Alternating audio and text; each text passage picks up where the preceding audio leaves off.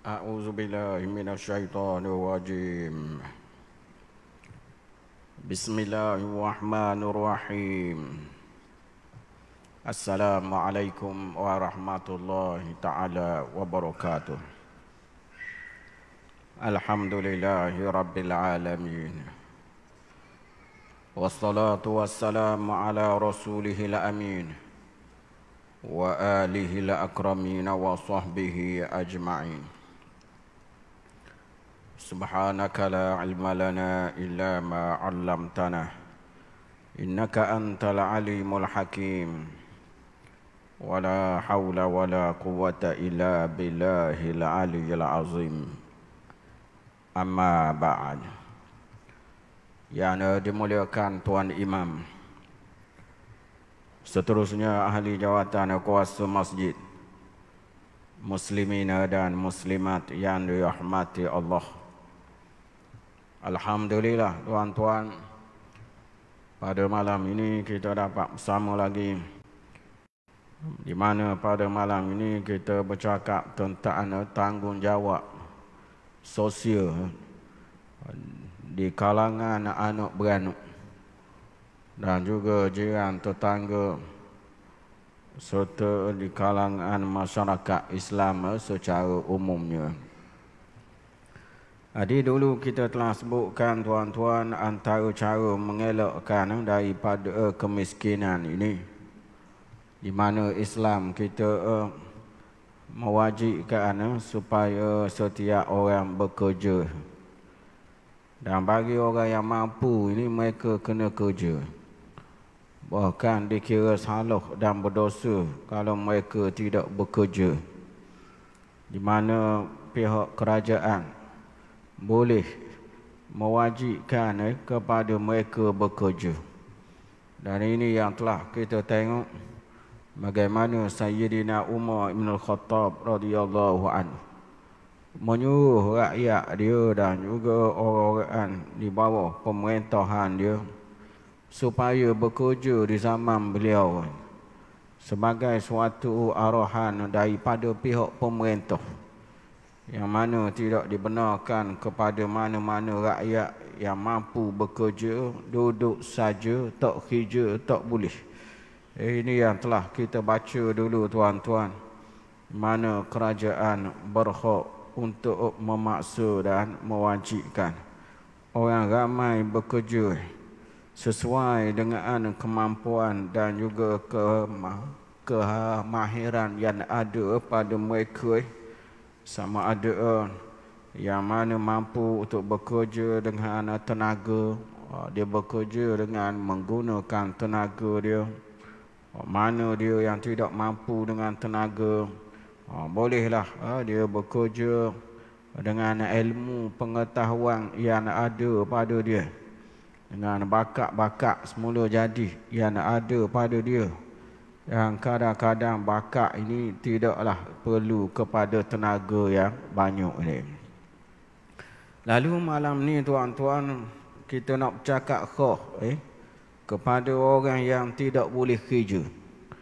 Di dalam ramai-ramai ni, walaupun Islam suruh kerja, ada juga hak tak boleh kerja.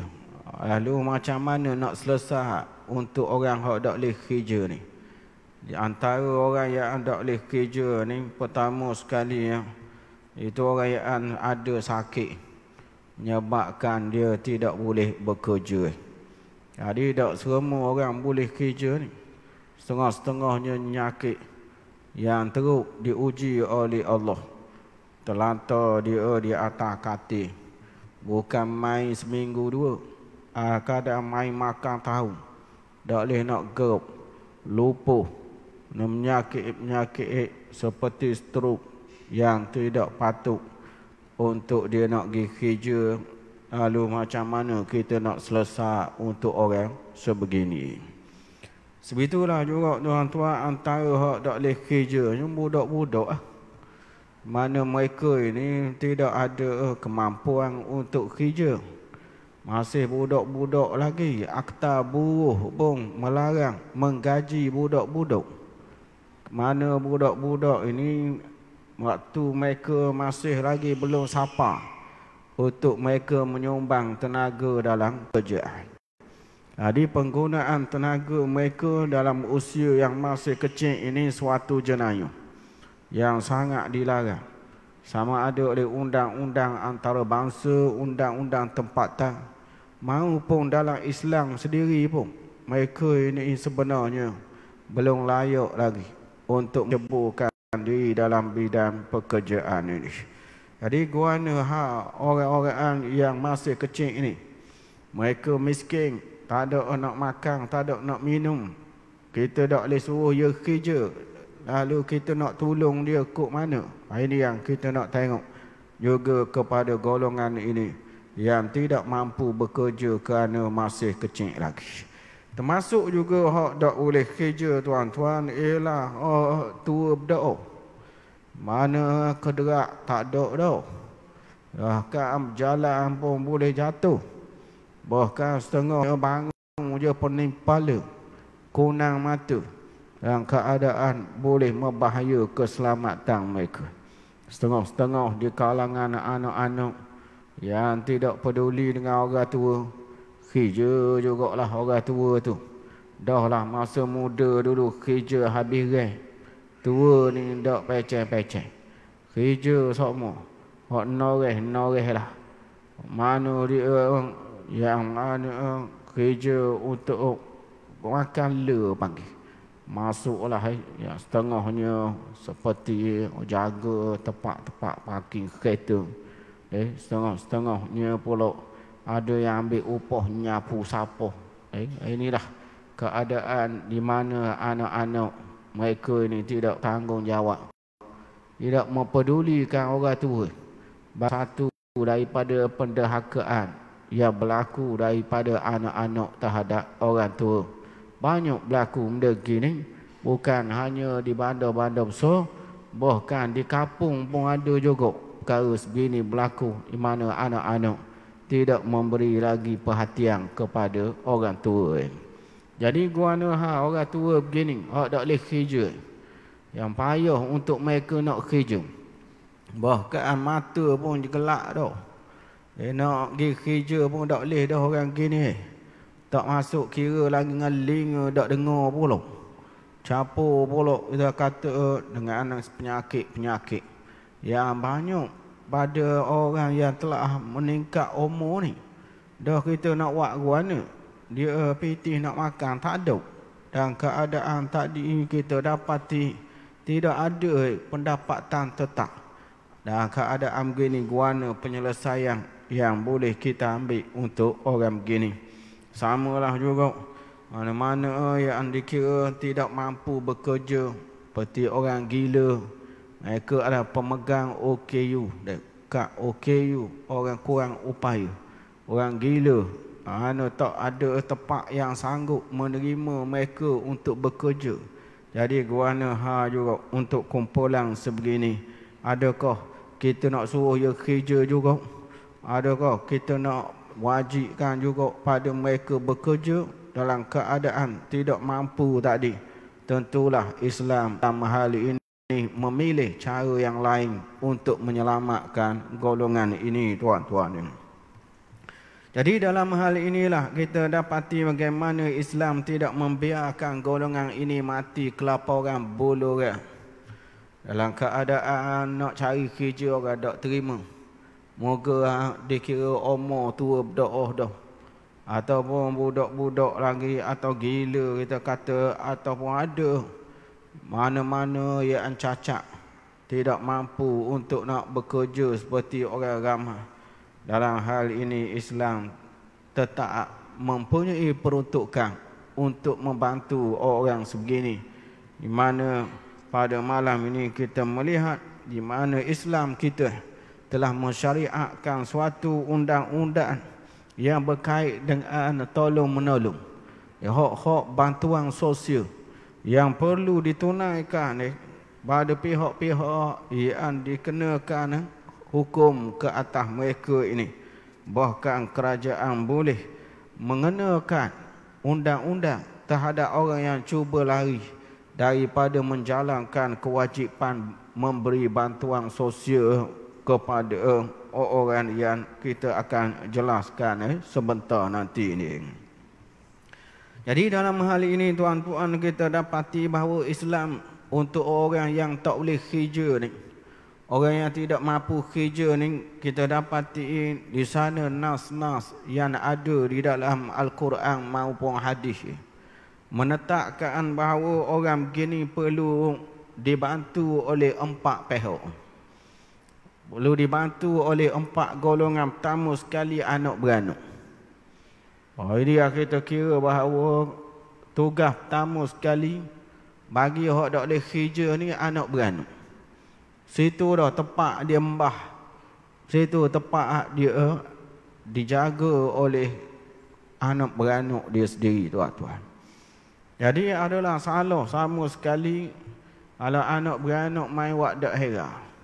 Ada cara pada orang yang kita sebutkan tadi, iaitu orang yang tidak mampu kerana nyakit, budak-budak hok dak sampai umur lagi, orang tua hok tua berdoa, atau orang gila dan lain-lain yang tidak mampu untuk kerja ni, pertama kali dia pergi kepada anak beranak. Jadi kebanyakan kitanya, kalau kita tengok dalam masalah ini lepas ke kerajaan. Kok mana pun lepas ke batuan kerajaan. Tak kira lah melalui pemberian secara berkala ataupun pemberian secara bulanan, mana mereka ini meletakkan tanggungjawab ini kepada pihak kerajaan. Ini adalah suatu yang sangat salah, tuan-tuan. Kerana malam ni kita nak tengok bagaimana nas-nas yang ada sama ada dalam Al-Quran maupun dalam hadis Nabi SAW yang mengajar pada kita supaya anak beranak ini kita tak boleh tinggal. Kita tak boleh lauk. Ada tugas dan tanggungjawab yang perlu ditunaikan sesama anak beranak. Ia adalah tanggungjawab yang telah dibuat oleh Islam kita, dan agama kita telah menetapkan kewajipan tadi dalam banyak ayat seperti yang kita akan baca sebentar lagi, tuan-tuan. Jadi kalau tak ada anak beranak, baru dia pergi kepada jiran. Mana jiran juga wajib membantu. Kalau anak beranak tak ada, dia turun ke jiran pula. Mana hadis Nabi SAW jelas, mana tidak beriman di kalangan kamu dengan Allah dan hari kiamat, orang yang mana kenyang dia, lok jiran dia dalam keadaan bulu orang, lapar perut, tak cukup makan. Jadi nak khabar sininya, jiran bukannya peri, bukannya duduk saja tepi rumah tu kok nenggok, dalam keadaan tak ada kewajipan apa dok. Bagi hak tak ada anak beranak, ia turun kepada jiran pula sebagai hak yang perlu ditunaikan, tak boleh lok. Jiran kita lapar perut tak boleh. Ni orang bagi tak ada anak beranak, itu cerita. Kalau ada anak beranak, tu bakal dosa peri, bakal dosa kering. Anak beranak tak tolong, nyelok kawan tu. Keadaan tidak mampu untuk bekerja ni, dia biarkan. Keadaan lapar dan keadaan jumpa kok, tak cukup makan. Keadaan kata tadi boleh menyebabkan penyakit lain pula akibat daripada tidak mempunyai kelengkapan asas yang cukup tadi. Jadi kalau olah jiran tak ada pula, main duduk sorang, tak ada rumah orang, main duduk jauh dari orang, dia akan pergi pula kepada pemerintah pula, Baitul Mal. Dia pergi kepada Baitul Mal pemerintah, jabat kebajikan, welfare, ataupun juga melalui zakat yang mana ianya perlu untuk ditunaikan kepada orang melalui Baitul Mal. Jadi Baitul Mal memainkan peranan. Kalau tak ada anak beranak, tak ada jiran tetangga, Baitul Mal boleh masuk capu untuk memberi bantuan pada orang gini. Tak ada juga Baitul Mal, pitih seseng tak ada, pitih kering dalam Baitul Mal tak ada juga, barulah orang kaya perlu masuk capu untuk membantu kepada saudara sesama Islam kita ni.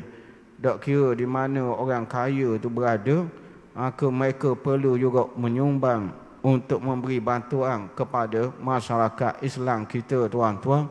Ini sistem yang memang kemah, telah disusun oleh Islam kita.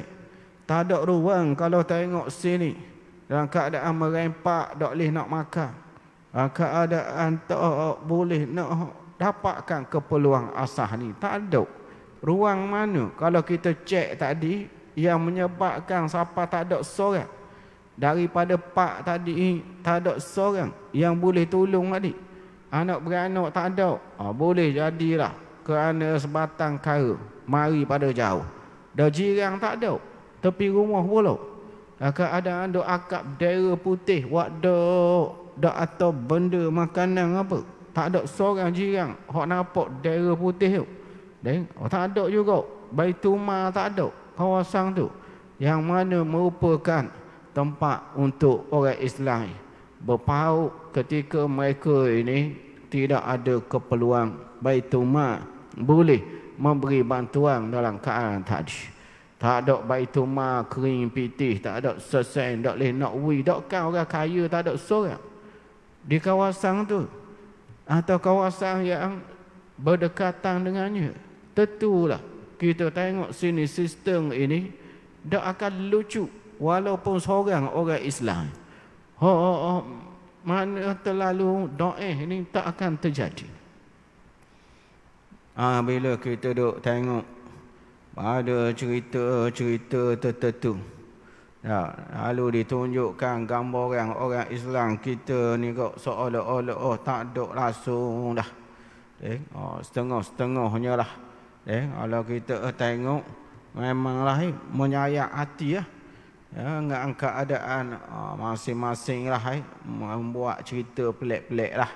Duk tengok nanya pergi ziarah Allah batuan berkala dengan rumah tempat duduknya, latar daripada buluh je, keadaan pintu pun tak ada selok, makan pun beras tak ada, anak-anak pun kadang-kadang cacat, ayah pun tak boleh kerja telantar. Memang kita kata setengah-setengah. Boleh kita tengok daripada cerita-cerita yang dimuatkan dalam TV, terutamanya menceritakan hakikat setengah-setengah keluarga yang dhaif ni. Memang kita tanya dah mana dia sistem yang kita sebutkan tadi. Apa dak jalan, apa dak jadi seperti yang kita sebut. Anak beranak duk mana? Jiran duk mana? Siapa gitu semua siapa? Baitul Mal, welfare duduk mana dalam keadaan tadi? Gitu juga orang kaya kawasan tu. Pah ke mana? Bok-bok dia.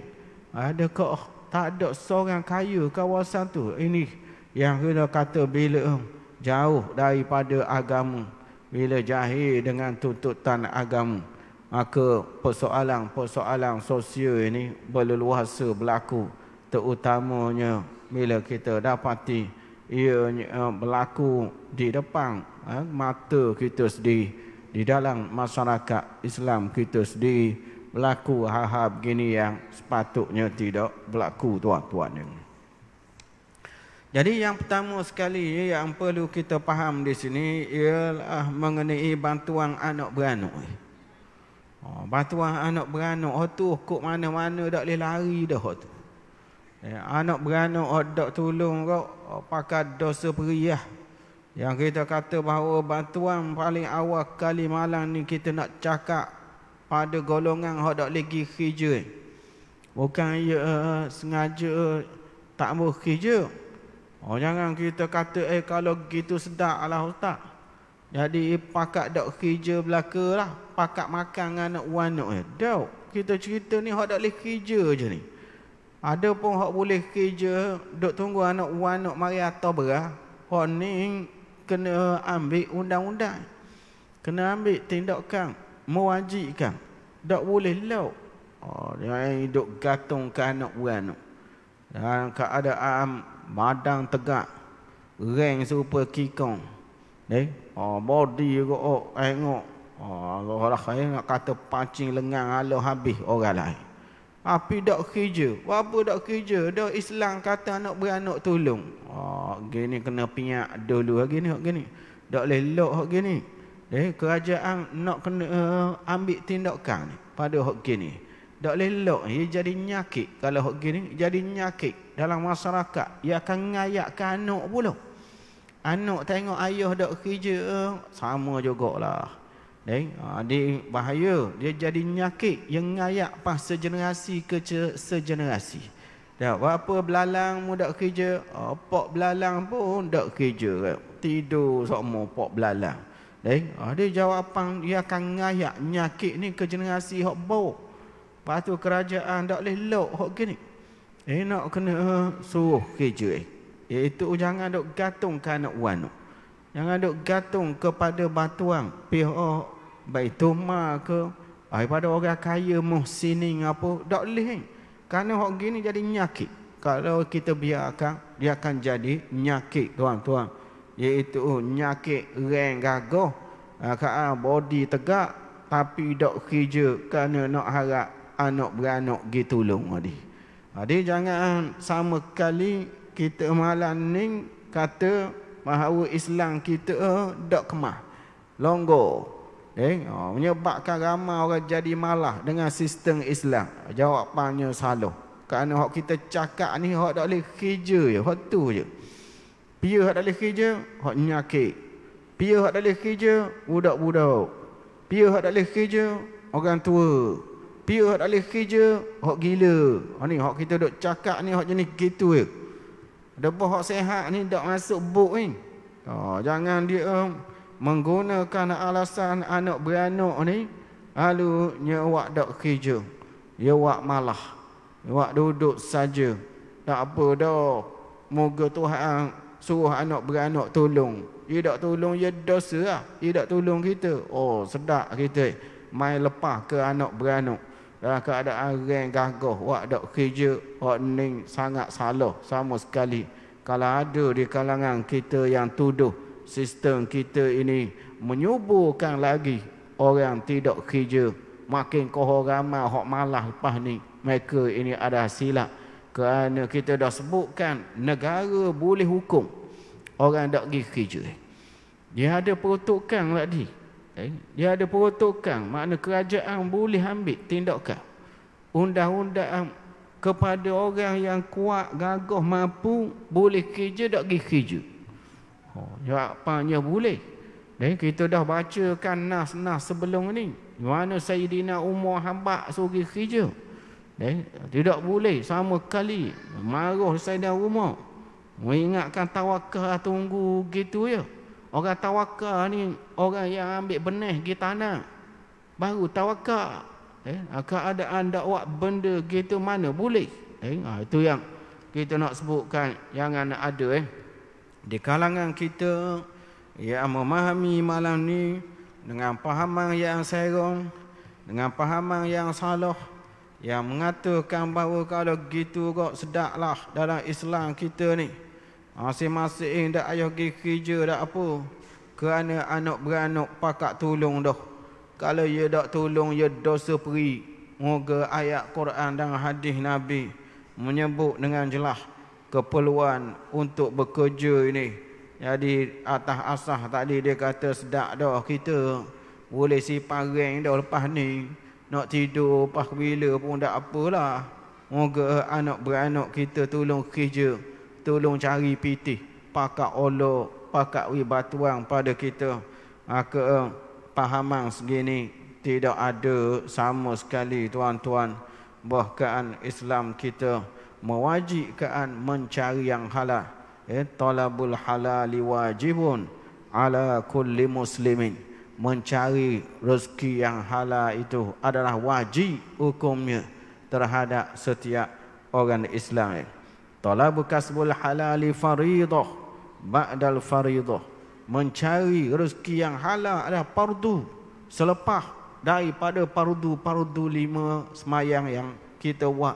Pada berpuasa, pada kita buat kewajipan-kewajipan yang segera, maka marilah kita kata kerja ini adalah sebagai suatu yang mana hukumnya adalah wajib dalam Islam kita, kerana ia adalah cara untuk kita berdikari, tidak bergantung kepada mana-mana orang.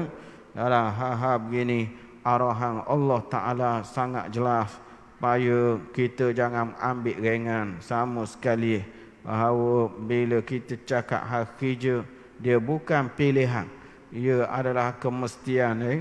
Ia adalah kemestian.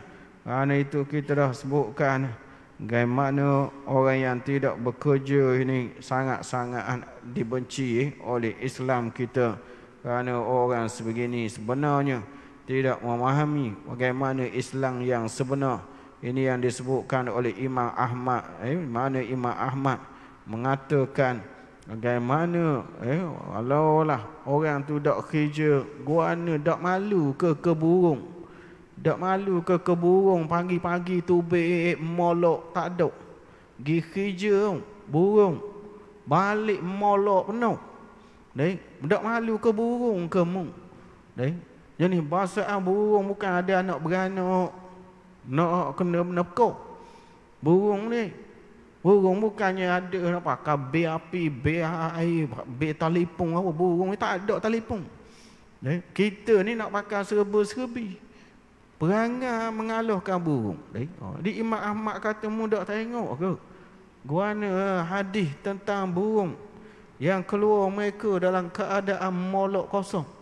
Petang balik molok penuh. Mu dak malu ke dak? Bagai manusia yang Tuhan beri kepala otak, tak boleh nak mikir ke untuk pergi cari kerja.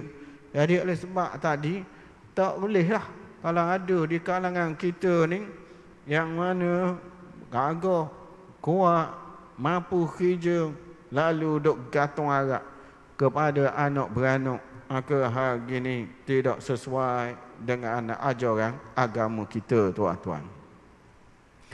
Jadi dalam hal ni yang kita sebutkan, iaitu bantuan pada keluarga hak dak leh kerja ni, Al-Quran menyebut antaranya wa atizal qurba haqqahu. Allah Ta'ala khabar berilah pada kaum kerabat itu haknya. Itu jelas arahan Allah tu. Ati ni arahan, perintah berilah. Allah lah. Nak khabar sini wajib lah tu. Bukan barangan tu. Berilah. Hanya Allah lah.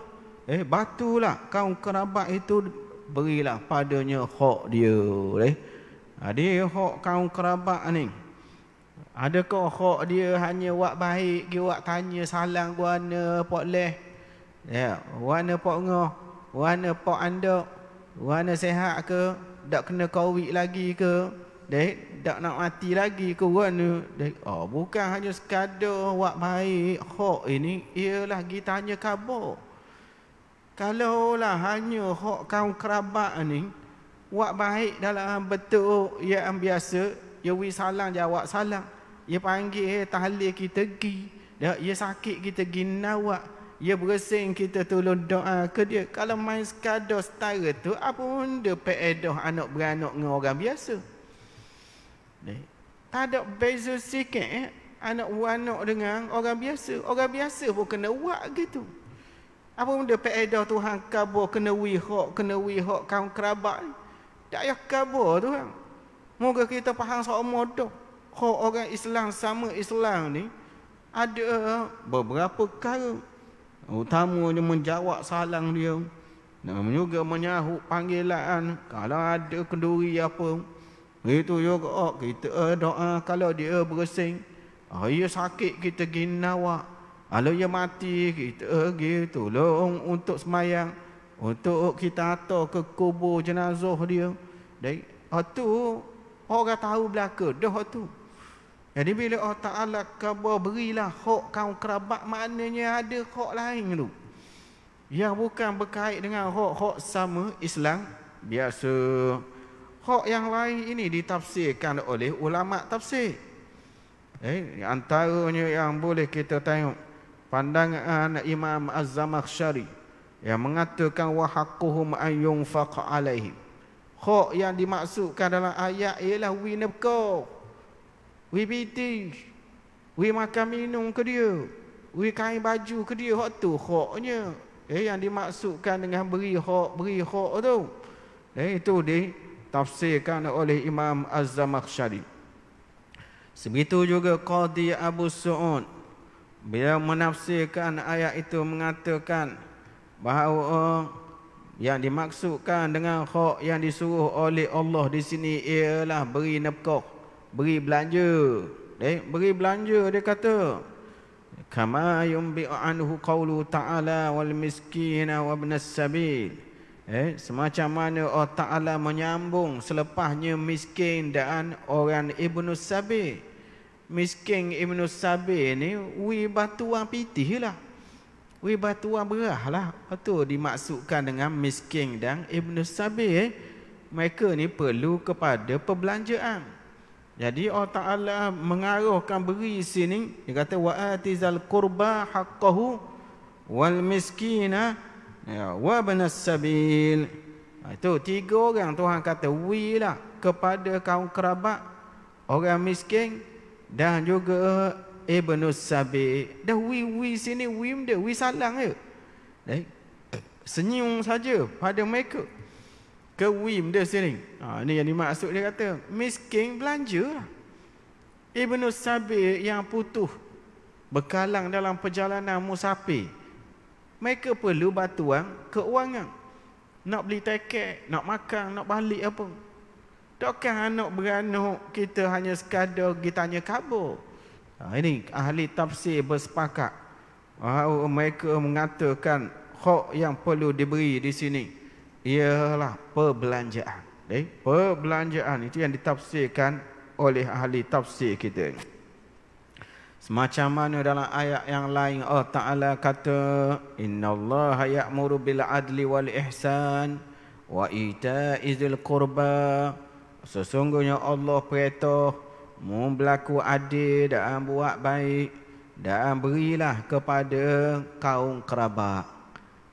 Adik kalaulah buat baik ke kaum kerabat, keadaan tanya khabar sihat ke dok, wi salam senyum, tak payah khabar wi padang buat baik di padang dah. Ayat depan tu suruh buat baik dah.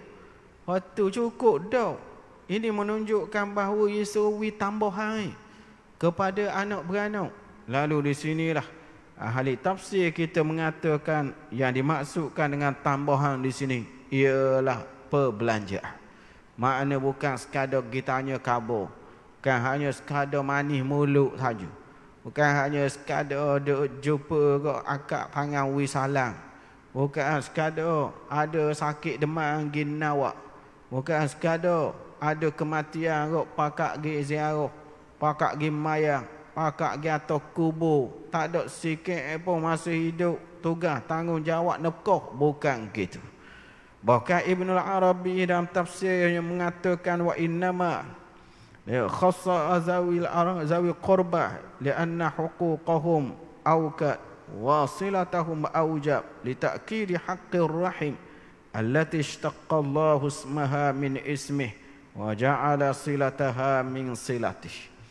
Sesungguhnya dikhususkan sebut kaum kerabat sini dalam ayat ini kerana hak mereka adalah lebih didahulukan.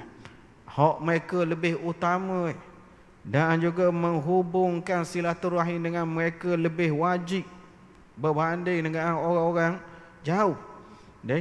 Kenapa? Kerana kuatnya tanggungjawab hak rahim. Hak rahim ini, silaturahim itu hubungan rahim ni. Hubungan sama kita yang ada keturunan nasab apa ni, hubungan rahim ini sangat kuat. Mana yang diambil daripada nama Allah Ar-Rahim. Ar-Rahim itu. Dan juga disuruh kita menyambungkan kepada silatu Ar-Rahim. Ini yang nak khabar sini, bahawa jangan kita faham bahawa berikan pada kaum kerabat makna buat baik biasa saja.